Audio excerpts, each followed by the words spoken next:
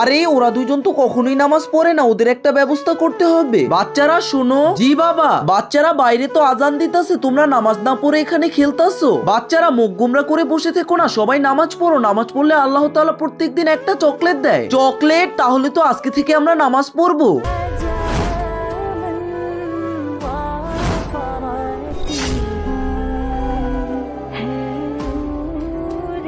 নামাজ তো শেষ। আরে এখানে তো চকলেট রাখা আছে। ইয়ে,